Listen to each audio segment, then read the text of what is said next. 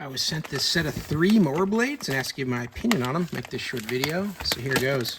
Here's everything you're going to get in the package. You're going to come wrapped with three of these blades, because this works primarily on your Cub Cadets.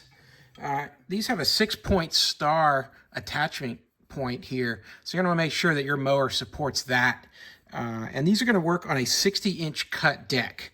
So the 3 of these together, as they go across, are going to be 60 inches worth of cutting at the same time. So here you're coming in at about a little over 20.5 inches long, roughly. Let's measure that here. About 20.5, just under 20.5 inches. They're pretty thick here. Your cutting blade here, it's over an eighth of an inch. And you can see this very aggressive curvature here on the edge of the blades here. So these are going to do a lot to lift the grass up and then mulch that grass into the underneath the deck. This has got some really engineered cutting angles here. They're going to help shred that grass up, grind it up. Your cutting blade is right here on each side. So when you're mounting these, you're going to make sure that this is the point here that mounts up against your mower.